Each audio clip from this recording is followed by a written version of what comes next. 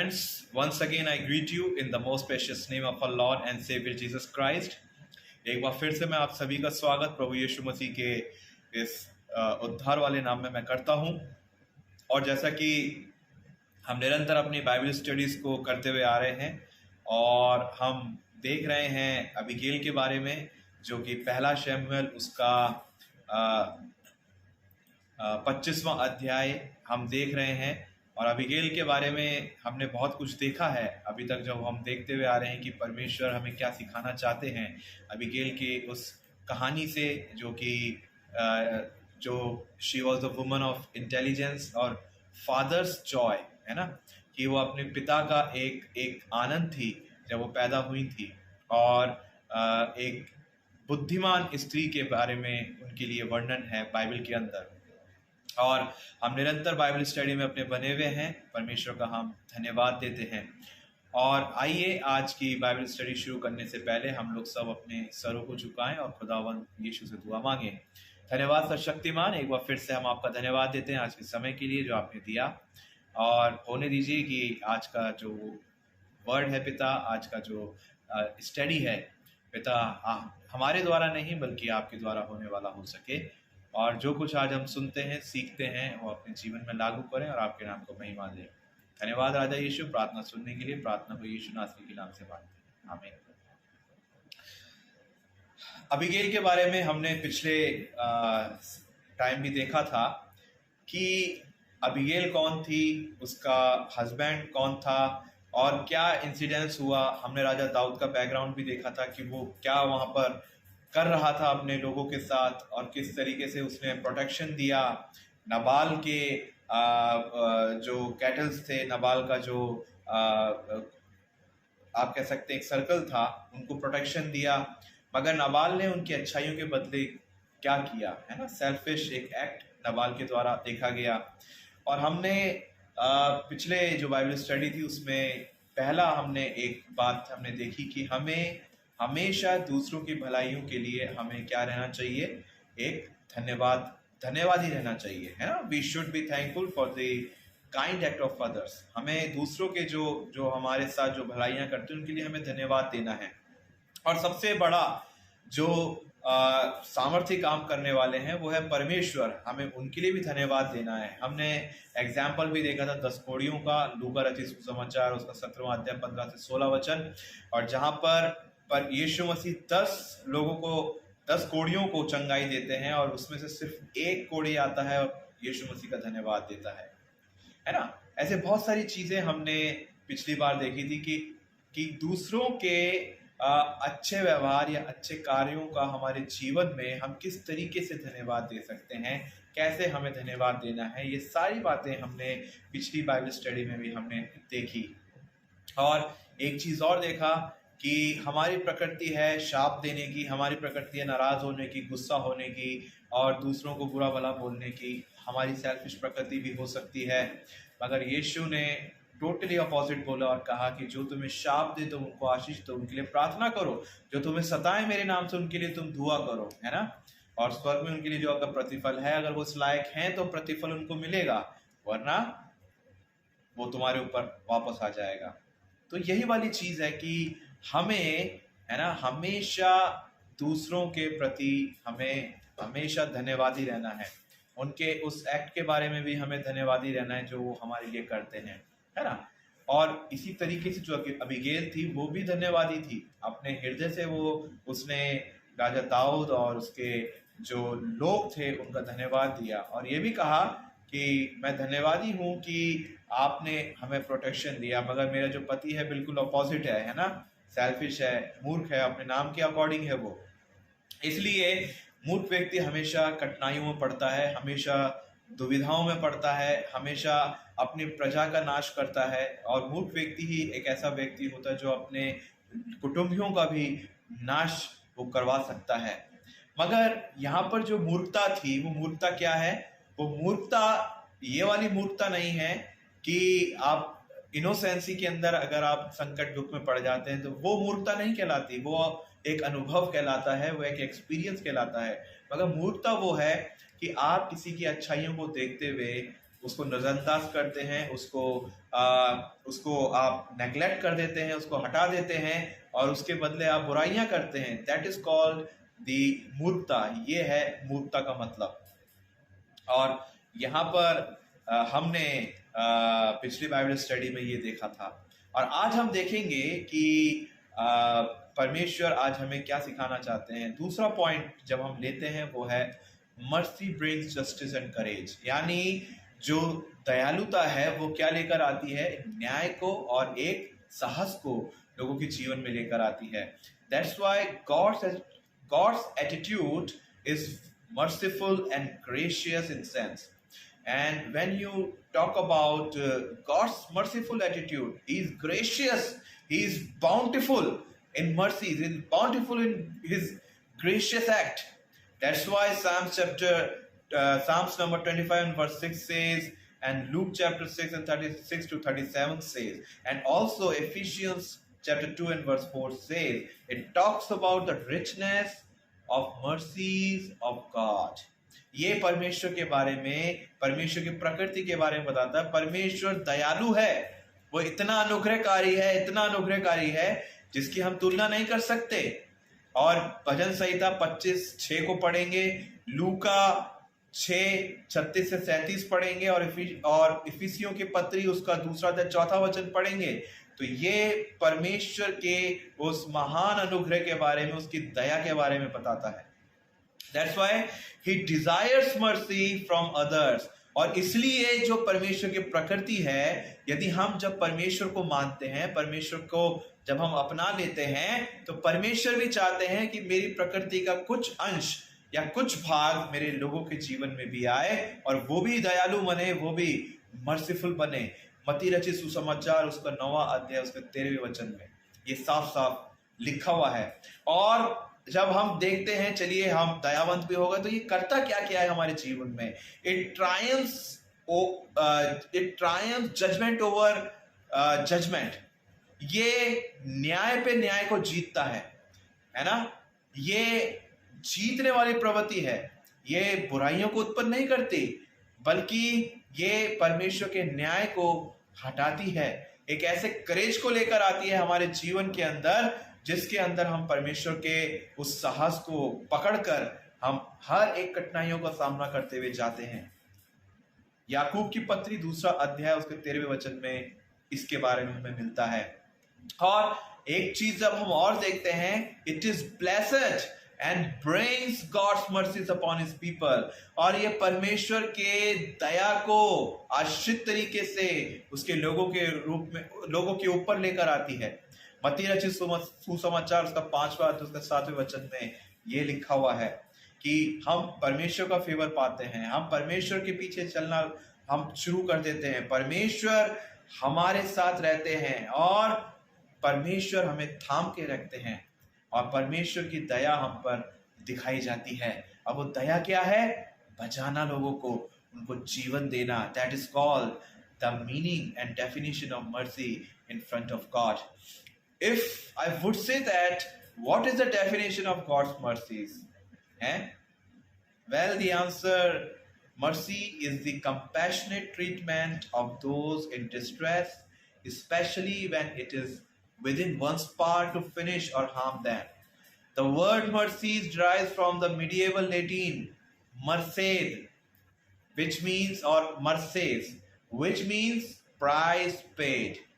It has the connotation of forgiveness, benevolence and kindness. कितनी अच्छी बात है। अगर हम दया की बात करते हैं, मर्सी की बात करते हैं, तो परमेश्वर की दया है क्या?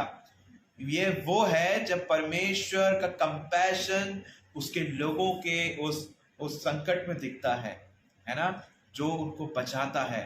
और जब वहां पर दया दिखाई जाती है, जब स्पेशली कोई किसी को किसी गलती के कारण पनिश कर रहा है और वहां पर अगर वो छोड़ देता है उसको, है अपने कंपैशन के कारण या दया के कारण, तो उसको आप दया कह सकते हैं, उसको आप मर्सी कह सकते हैं। और लैटिन भाषा में इसका मतलब होता है मर्सेस या फिर मर्सेस, जिसका मतलब होता है प्राइस पेड, यानी मूल्य चुका दिया गया। बहुत ही यहाँ पर बहुत ही प्यारी बात है। मूल्य चुका दिया गया, इसलिए दया परमेश्वर की हम पर है। तो वो क्या मूल्य था जो परमेश्वर ने चुका दिया? हम इंसान तो नहीं चुका सकते, because we are not capable. Our calibre is just like the dump, it is just like the garbage in front of God है। मगर वो दया क्या है, वो कैसे मूल्य चुकाया गया उस दया का? यीशु मसीह को इस संसार में भेजने के द्वारा यीशु ने परमेश्वर की दया को जगत पर उंडेल दिया, और तभी यहां पर दिया गया प्राइस पेड, मूल्य चुका दिया, अपने लहू के द्वारा मूल्य चुका दिया। बहुत ही अच्छी बात यहां पर देखने को मिलती है। और it is the connotation of forgiveness, benevolence and kindness. यानी ये क्या है? एक कनोटेशन है, क्षमा का एक प्रतिसूचक है, आप कह सकते हैं एक दया का, और एक प्रतिसूचक है आपको बेनेवोलेंस करने का, है ना, कि परमेश्वर के उस महान महान आशीषों को लाने का। Mercy is often used in अ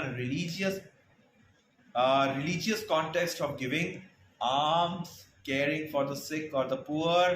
यानी अगर आप धार्मिकता यानी रिलीजियस टर्म में अगर मर्सी को देखा जाए तो ये क्या है? ज्यादातर इसका यूज किया जाता है जब आप किसी को चैरिटी दे रहे हैं, किसी को चंदा दे रहे हैं, किसी को आप कुछ दे रहे हैं, अगर सामने वाले के पास कुछ नहीं है, दैट इज कॉल्ड मर्सी। और किसी आप बीमार की या किसी निर्धन की अगर आप सेवा कर रहे हैं या उनको उनकी देखभाल कर रहे हैं, that is also called mercy, right? In the legal sense, mercy often refers to compassionate behavior from a person in power, such as when a judge shows clemency, leniency or mercy during sentencing। बहुत ही प्यारी बात यहाँ पर हमें एक चीज और देखने को मिलती है अजीजों, है ना, कि यहाँ पर अगर लीगल सेंस में अगर आप मर्सी की डेफिनेशन को देखेंगे तो ये क्या है? ये एक ऐसा व्यवहार है जो उस मनुष्य का जो पावर के अंदर है, मगर वो क्या है? अपने अंदर कंपैशन को रख रहा है या रख रही है, और वो खास तौर से एक ऐसे जज के समान है, जब वो किसी को सजा सुनाता है या सुनाती है तो क्या करता है कि उसके अंदर वो थोड़ा आप कह सकते हैं थोड़ा अपनी दया को शो करता हूँ या थोड़ी लीनियंसी दिखाता हूँ, चलो ठीक है, इतना भारी या कठोर कुछ ना देते हुए इसको थोड़ा सा पनिश कर दो, राइट? और ये एक उसके समान है यदि किसी को फांसी लग रही है ना, अगर उसने दया की याचिका दी, मर्सी की याचिका दी कि मुझे एक मौका और दिया जाए जीने का या जो भी है, और अगर जज को लगे, अगर वो कंपैशनेट है तो क्या करेगा? ठीक है, इसकी हम मृत्यु की सजा को माफ कर देते हैं, मगर बाकी कॉन्सिक्वेंसेस को भुगतने पड़ेंगे इसके पाप के, right? That is called the mercy in legal sense. इसी तरीके से परमेश्वर की दया जब लोगों पर आई तो वो क्या थी? वो यही थी कि हम पाप में पड़ चुके थे और हमारी सजा सिर्फ और सिर्फ अनंतकालीन मृत्यु थी। That is called the fact of the human being. ये हमारी एक एक एक वो था कि हमें अपने पापों के कारण मरना ही मरना था, मगर परमेश्वर ने जब मर्सी दिखाई, जब दया दिखाई, इसका मतलब प्राइस पेड हो चुका था, इसलिए तो परमेश्वर ने मर्सी दिखाई और वो परमेश्वर की प्रतिज्ञाओं के अंदर आ गया और प्रभु यीशु मसीह को भेजा। ये परमेश्वर ने नहीं चाहा, कभी नहीं चाहा कि लोग मरे, अनंतकालीन मरे, नहीं। परमेश्वर ने चाहा कि यीशु मसीह पे विश्वास करने के द्वारा ये क्या करें? मेरे उपस्थिति को अपने जीवन में महसूस करें। ये एक मर्सी की एक एक आप कह सकते हैं एक महान एक डेफिनेशन को आप कह सकते हैं। It is written in Psalm number 51 and verse 1. I would like to read from the NIV version. Right? NIV version says, भजन संहिता उसके 51:1 में मैं कोट कर रहा हूँ जो NIV वर्जन के उसमें लिखा गया है और मैं आपके सामने पढ़ूंगा। भजन संहिता 51 और उसके पहले वचन में क्या लिखा हुआ है।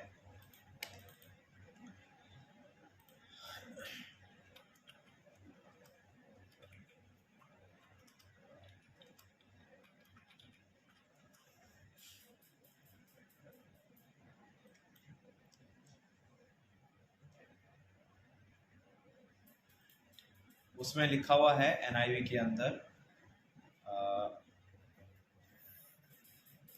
For the director of music a psalm of David, ठीक है, when the prophet Nathan came to him after David had committed adultery with Bathsheba. So here, straightforwardly, it talks about the nature of God, and he is saying, have mercy on me, O God, have mercy on me, O God, according to your unfailing love. How beautiful it is written, mercy on me, O God, according to your unfailing love, according to your great compassion. Blot out my transgression, right? According to your unfailing love, जो कि कभी भी असफल नहीं होता, and according to your great compassion, because David knew that God is richness in his mercy, in his grace, in his judgment, and his love never ever be fallen. उसका जो प्यार है कभी भी गिरता नहीं है, बल्कि उठाता है, हमेशा उठाता है. आप कह सकते हैं Bible also defines mercy beyond forgiveness and withholding punishment. God shows his mercy for those who are suffering through healing, right? Comfort, the alleviation of suffering, and caring about those in distress. He acts from compassion and acts with mercy. He acts from compassion and he acts with mercy. Then how mercy brings justice and courage in the lives of the people? The main question is, वो कैसे परमेश्वर की दया, उसके न्याय, उसके साहस को लोगों के जीवन में लाता है? Well, let's back to our story of Abigail. David and 400 of his men were on their way to seek vengeance for Nabal's foolish response. है ना? राजा दाऊद और उसके 400 जो जवान थे, व्यक्ति थे, लोग थे, वो नबाल की उस मूर्खता भरी प्रत्युत्तर पर वो क्या कर रहे थे? उसको बदला लेने के लिए वो दौड़ पड़े, चल पड़े. But one of Nabal's servants informed Abigail of her husband's lack of social graces, right? And what David's intention were upon his arrival? Abigail's response was in stark contrast to that of her husband. She knew who David was and the one that he served. वो जानती थी कि राजा दाऊद है कौन और जिसको वो उपासना करता है वो कौन है ना? वो जानती होगी. और दूसरी चीज ये थी कि अबीगेल को नबाल के एक सर्वेंट ने बताया ऐसा ऐसा हुआ है और आपके पति ने साहब उनकी बेइज्जती करके भगा दिया. अबीगेल को चिंता हुई और उसको पछतावा भी हुआ कि उनकी अच्छाइयों के बदले मेरे पति ने बहुत ही मूर्खता बड़ा काम किया है. और अपने हस्बैंड के लिए है ना वो जाती है. Without hesitation and without telling her husband, Abigail gathered together food supplies and loaded them on donkeys. Then she headed out to meet the future king of Israel. How beautiful it is, है कि Abigail क्या करती है, अपने पति को बिना बताए जाती है और सारे खानों की सामग्री उनके धन्यवादी के रूप में वो लेकर जाती है, अपने गधों पे लाद के जाती है. और क्यों जाती है? उसने अपने पति से क्यों नहीं पूछा होगा? वो इसलिए नहीं पूछा होगा क्योंकि वो जानती थी पति मूर्ख है. अगर मैं पूछूंगी अपने पति से या जाऊंगी तो मेरा पति क्या करेगा? मुझे हो सकता है गुस्सा करे, हो सकता है बुरा भला बोले और हो सकता है ये भी कहे कि तुम क्यों जा रही हो, क्या काम है तुम्हें, मैंने जब उनके साथ ऐसा किया तो तुम कौन होती हो जाने वाली. यही एक मूर्खता की निशानी है अजीजों, जो नबाल ऐसा कर सकता था. इसलिए जो अबीगेल थी उसने नतान से कुछ नहीं बोला और नबाल से कुछ नहीं बोला और उसने सारी उन सामग्रियों को एक धन्यवादिता के रूप में उन्होंने गधे पर लादा और वो क्या है, चल पड़ी, है ना. वो चल पड़ी उससे भेंट करने के लिए राजा दाऊद और उसके आदमियों से, क्योंकि वो बदला लेने के लिए वो कौन थे? वो रास्ते से निकल चुके थे. और उनके गुप्तचरों ने उनको बता दिया था, उनके नौकरों ने उनको बता दिया था कि वो बदला लेने के लिए क्या है, आता है। और फिर उसके बाद देखते हैं when Abigail saw David, right, without a word she fell on her face before him and bowing herself to the ground, falling at her feet. Abigail delivered the most humble, ध्यान से सुनिएगा, most humble and merciful heartfelt plea for David to spare her husband's household. यहाँ पर जब वो राजा दाऊद से भेंट करती है अबीगैल, वो उसके सामने विनम्र तरीके से वो घुटनों के बल आती है ना, और अपने पति के, अपने घराने के बारे में वो राजा दाऊद से बहुत ही विनम्रता से, एक दयालुता से वो कहती है ना। और वहां पर जो राजा दाऊद था वो देखता है कि ये स्त्री क्या कर रही है, ये है कौन। और फिर जब उसको पता चलता है कि ये उस नाबाल की वाइफ है, हम आगे देखेंगे कि क्या होता है फिर। But her request was not made from a heart of fear, not was it from a heart of anger toward her husband. Rather, while she admitted that her husband was a man of bad character, she reminded David that his life was in the hands of God, right? Hands of God. His enemies would be destroyed because of God's justice, and his own house would endure. She only asked in return that when God had fulfilled everything, he had promised that David remember her. और यहाँ पर जब वो मिलती है तो राजा दाऊद को वो रिमाइंड कराती है, पछतावा, वो डर से नहीं कहती, वो डरती नहीं है, मगर उसका जो कंपैशन था उसके पति के लिए भी था। और वो कहती है कि तुम बदला लेने क्यों जा रहे हो, ये तो बदला लेना तो परमेश्वर का काम है ना, परमेश्वर के हाथ में छोड़ दो, परमेश्वर जो करेंगे वो ही सबसे बड़ी चीज होगी। और आप इस बात को भी ध्यान रखिए, जो मैंने पहली स्टोरी आपको बताई थी, जब राजा दाऊद खुद अपने मुंह से कहता है ना, कि बदला लेना क्या है, परमेश्वर का काम है। जब वो सॉल को मारने जा रहा था, है ना, बदला लेना क्या है, परमेश्वर का काम है। और वास्तव में बदला लेना परमेश्वर का काम है, हम मनुष्य का नहीं है, ना आपका, ना मेरा, ना किसी का, बल्कि इसके लिए सिर्फ और सिर्फ परमेश्वर के हाथों में न्याय छोड़ना है।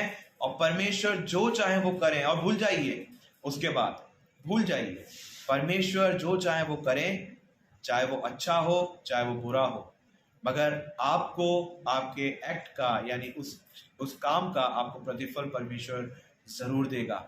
और इसी तरीके से जो अबीगैल थी वो ये भी कहती है कि जब तू अपने राज्य में आए या राजा बने, तब मेरी सुध रखना, मुझे भी तू ध्यान रखना। Abigail's humble response turn David's heart. पर जो अबीगैल का जो प्रति उत्तर था, एक विनम्रता भरा, उसने राजा दाऊद के हृदय को बदल दिया, है ना। He saw the error he was about to make। और अब यहाँ पर क्या है, राजा दाऊद जो पहले बोल रहा था कि बदला लेना परमेश्वर का काम है, और अब यहाँ वो खुद बदला लेने जा रहा है, और एकदम उसके दिमाग में बत्ती जलती है एकदम, और वो ये कहता है कि अरे ये मैं क्या करने जा रहा था, ये मैं क्या करने जा रहा था, ये तो मैं वही काम करने जा रहा था, और जो मैंने बोला मैं उस पर तो चल ही नहीं रहा, मैं तो व्यवस्था को अपने हाथ में ले लिया, मैंने बदले को अपने हाथ में ले लिया जो परमेश्वर का है। और यहाँ पर उसने इन सारी चीजों को सोचा होगा, एकदम करंट की तरह उसके दिमाग में वो चीज घूमी होगी। He himself had just recently spared the life of King Saul, who sought to kill David, yet David had been quick to exterminate the household of a man who had merely insulted him, है ना। उसने compare किया दोनों को, sol के बारे में, जो सॉल तो राजा दाऊद को मारने वाला था, और यहाँ पर तो सिर्फ उसने बेइज्जती करी थी। जो मारने वाला था उसको राजा दाऊद छोड़ रहा है और कह रहा है बदला परमेश्वर का काम है। और यहाँ पर जो नाबाल, जिसने बेइज्जती करी थी, जिसको सेल्फिश था, जिसको कोई मतलब नहीं था कि राजा दाऊद और उसके लोगों ने उसके साथ कितना अच्छा किया, कितना भला किया, और यहाँ पर वो कंपेयर कर रहा है, मैं इसको मारने जा रहा हूँ, मैं क्या कहते हैं, मैं बदला लेने जा रहा हूँ, है ना। और यहाँ पर मैंने जैसा पहला बताया, यहाँ पर टेस्ट था राजा दाऊद के उस वर्ड का कि वेंजियंस बिलोंग्स टू गॉड, कि बदला लेना परमेश्वर का काम है, बदला लेना परमेश्वर की ओर से है। और वहां पर परमेश्वर उसकी परीक्षा ये भी करके लेता है कि देखता हूं कि राजा दाऊद अपने वर्ड्स पर कितना खरा है, राजा दाऊद अपने वचन पर कितना मजबूत खड़ा है, क्या ये वो काम करेगा या न्याय को मेरे हाथ में देगा, right? Yet David had been quick to exterminate the household of a man who had merely insulted him. His life of exile had angered him, right? His life of exile had angered him, and this anger had nearly driven him to seek vengeance against a man who was not the real enemy. वहां पर जो उसका वास्तव में दुश्मन नहीं था, वो अपने काम से काम अपने अपने वो मूर्ता में ही जी रहा था, नबाल। और वहां पर उसका नेचर ही सेल्फिश था, नेचर ही उसका मूर्तापूर्ण था। अब जैसा नबाल का मतलब मैंने आपको बताया, और जो इब्रानी भाषा के अंदर जिसका मतलब है कि बेवकूफ यानी अनवाइज, है ना, मूर्ख। तो वहां पर वो यही सोच रहा था कि मैं क्या करने जा रहा हूं ये, और मैं क्या करने जा रहा था, है ना। तो यहाँ पर वो उन चीजों को तुरंत कंपेयर करता है, तुरंत तरीके से उन चीजों को वो कंपेयर करता है। और क्या होता है कि डेविड heeded अबीगेल्स वाइज वर्ड, और वो क्या करता है, अबीगेल के उस बुद्धिपूर्ण उस वचन को वो जब अपने दिमाग में वो दोहराता है, तो वो यही कहता है कि हाउ आई वाज रॉन्ग, मैं कितना गलत था। He respected her for the great respect she showed her husband household despite his faulty character, है ना। Then he sent her away with a blessing. ध्यान से सुनिएगा, यहाँ पर जब राजा दाऊद जब अबीगेल को वापस भेजता है, उसको आशीष देके भेजता है, और ये भी वायदा करता है कि तुम अपने घर सुरक्षित जाओगी, है ना, एंड अपने जो नबाल है, अपने घराने को तुम सुरक्षित रखोगी, मैं कुछ नहीं करूंगा, है ना, मैं कुछ वो नहीं करूंगा। That's why mercies always bring justice and courage. यहाँ पर जो न्याय था, है ना, क्या न्याय था ये न्याय था कि राजा दाऊद ने जैसे सौल का न्याय परमेश्वर के हाथ में दिया, वैसे ही उसको नबाल का जो न्याय है वो परमेश्वर के हाथ में देना था। और यहाँ पर जब कंपैरिजन किया जाए तो एक सही प्रकार से एक तराजू का पलड़ा, आप कह सकते हैं ना, बराबर होना चाहिए, है ना, तो बराबर से आया, विच मीन्स उसके अंदर जो वेट था वो क्या था, वो जस्टिस था, वो न्याय था, है ना। जैसे सौल के बारे में वो न्याय था परमेश्वर का, वैसे ही नबाल के बारे में भी परमेश्वर का न्याय था, और वो हम अपने हाथ में कभी नहीं ले सकते अजीजों, नेवर एवर, कभी भी हम अपने हाथ में उस चीज को नहीं ले सकते। और इसी तरीके से राजा दाऊद को भी अपनी गलती का एहसास हुआ, और अबीगेल ने अपनी वहां पर बुद्धि को दिखाया और कंपैशन को दिखाया, अपनी दया को दिखाई। और वहां पर सबसे बड़ी चीज एक और है, वहां पर उसने साहस नहीं छोड़ा, है ना, वरना डर जाती, कहती तुम मुझे छोड़ दो, मैं तो क्या कहते हैं, मैं तो अबीगेल हूँ, मेरा नाम ही विजडम है, फादर्स हार्ट जॉय है, मेरा जो नाम है उसके अकॉर्डिंग मुझे छोड़ दो, मेरे घराना तो बेवकूफ है, मेरा पति बेवकूफ है, मूर्ख है, उसको मार डालो। उसने ऐसा कुछ नहीं कहा।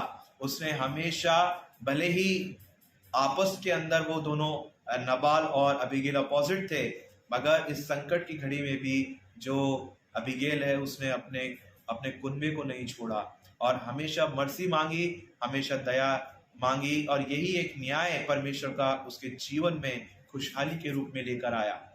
As a human being, sometimes we want to take everything in our own hands. We become judgmental, we become rude, we become evil, and many times we invite Satan in our lives to destroy ourselves only. हम कभी कभी बिल्कुल rude हो जाते हैं, कभी कभी हम जजमेंटल हो जाते हैं, न्यायी बन जाते हैं, है ना, कभी कभी हम क्या कहते हैं, शैतान बन जाते हैं, और शैतान को हम अपने जीवन में आमंत्रित करते हैं कि शैतान आ और हमारे को तू नाश कर। ये एक फैक्ट बात है। That's why the act of mercy brings justice and courage to face all circumstances in our lives in the name of Jesus. इसलिए यीशु के नाम में जब हम अपने आप को सरेंडर करते हैं तो एक विजडम यीशु मसीह परमेश्वर पवित्र आत्मा के रूप में हमें देते हैं, हमारे जीवन को बदलने के लिए, हमारे हृदय को परिवर्तित करने के लिए, हमारे जीवन में दया को देने के लिए। और वो परिवर्तन जब आना शुरू होता है वहां पर हम अपनी कसौटियों को देखते हैं अजीजों, और वहां पर ये सारे जो लाइफ के सर्कमस्टेंसेस, जो परिस्थितियां, स्थितियां हमारे जीवन में आती है, यीशु मसीह सामर्थ रखते हैं उसको बदल देने का। मगर फर्क इतना है कि आर वी करेजियस, क्या हम साहसी हैं? Are we courageous to face all this circumstances in our lives which can be prevailed darkness around us? क्या हम अभी भी समर्थ हैं यीशु मसीह के नाम में कि ये जो अंधकार हमारे चारों ओर हमारे जीवन में आता है, क्या हम उससे उसकी चुनौतियों को लेने के लिए मंजूर है यीशु के नाम में? क्या हमने परमेश्वर की धार्मिकता को अपने जीवन में देखा? क्या उसके उस दयालु रूप को हमने अपने जीवन में देखा? अबीगेल ने देखा। That's why Abigail's story is echoes in the hearts of all humankind as an example of true submission and courage even in the face of danger. यानी अबीगेल ने उस खतरनाक पल के अंदर भी, है ना, राजा दाऊद गुस्सा था, उसके लोग गुस्सा थे।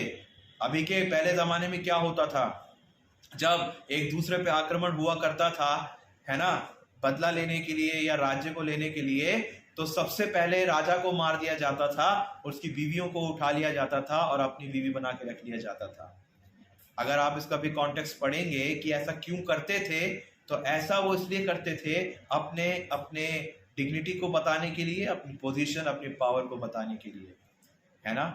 और यहाँ पर जो विमेन है वो हमेशा से टारगेट होती हुई आई है अजीजों, हमेशा से। चाहे आप किसी भी कम्युनिटी में ले लें या किसी भी कॉन्टेक्स्ट में इस बात को ले लें, they already are targeted from the patriarchal system of our society.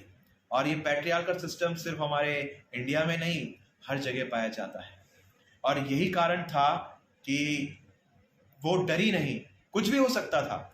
अगर राजा दाऊद भी अगर वैसा होता दूसरों की तरह, तो सबसे पहले परमेश्वर उसके जीवन में काम नहीं करता, सबसे पहले परमेश्वर उसको अपने योजनाओं में से हटा के बाहर कर देता, सबसे पहले परमेश्वर उसको लताड़ता, उसको डांटता। मगर यहाँ पर राजा दाऊद का भी कंपैशन हमें देखने को मिलता है, उसने कुछ नहीं किया, उसको आशीष दे के ही भेजा। और अबीगेल का भी हमें देखने को मिलता है कि वो डरी नहीं, बल्कि उसने उस परिस्थिति का सामना किया। आदमी गुस्से में कुछ भी कर सकता है। आज जब हम क्राइम पेट्रोल या सावधान इंडिया देखते हैं या ऐसे ऐसी चीज़ें देखते हैं, मुझे ताज्जुब होता है ये देखकर कि एक बच्चा अपने पेरेंट्स की हत्या कर रहा है। एक छोटा बच्चा जिसको कोई समझ नहीं है, वो अपनी बहन की हत्या कर रहा है सिर्फ इसलिए कि इसने मेरे हाथ से मोबाइल ले लिया और गेम खेलने नहीं दे रही, सिर्फ इसलिए कि मेरी मम्मी बार बार, मेरे पेरेंट्स बोलते हैं पढ़ लो बेटा, पढ़ लो बेटा, पढ़ लो बेटा, मेरा दिमाग खराब हो गया और मैंने उनको मार दिया। राइट? ये इस प्लेटफॉर्म पर शैतान काम करता है, क्योंकि शैतान चाहता है कि परमेश्वर के लोग डिस्ट्रॉय हो जाएं, तबाह हो जाएं, बर्बाद हो जाएं। मैं इन अंधकार पे राज्य करूं, उनके दिलों में अंधकार भर जाए।